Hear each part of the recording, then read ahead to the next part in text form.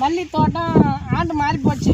இப்போ வந்து இதை வெட்டி விட்டா இது சித்திரை மாதம் பூ வருங்க.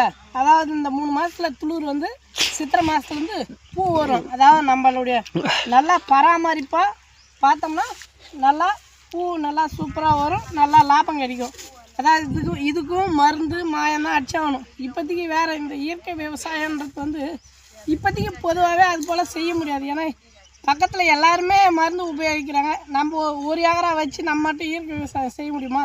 நம்ம இயற்கை விவசாயம் செய்கிறோம்னா ஒரு 10 ஏக்கரா 5 ஏக்கராவாச்சு சுற்றி ஒரு 5 ஏக்கராவாச்சு இயற்கை விவசாயம் சார்ந்த பயிர் வைக்கணும். அப்போ தான் இயற்கை விவசாயம் எடுக்கும்.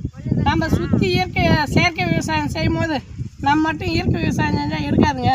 அதாவது இந்த மண் வந்து மலடாகி போச்சு. இந்த மலடான மண்ணை திருப்பினும் அதான் நல்ல மண்ணாக கொண்டு வந்தோம்னா எப்படி பார்த்தாலும் ஒரு 3 வருஷம் ஆகும். அது வரைக்கும் என்ன பண்ணுறது, ஒன்றும் பண்ண முடியாது. நாங்கள் இப்போ இந்த மல்லி செடி கட் பண்ண வந்தோம், கட் பண்ணிவிட்டோம். இதை பாருங்க, இதெல்லாம் கட் பண்ணியாச்சு. நாங்கள் வீட்டுக்கு போகிறோம். இன்னும் கொஞ்சம் இது இந்த மேலே கட்டலாம் நாளைக்கு வந்து கட் பண்ணணுன்னு சொன்னாங்க. கட் பண்ணி அது கும்பலாக போடணும்.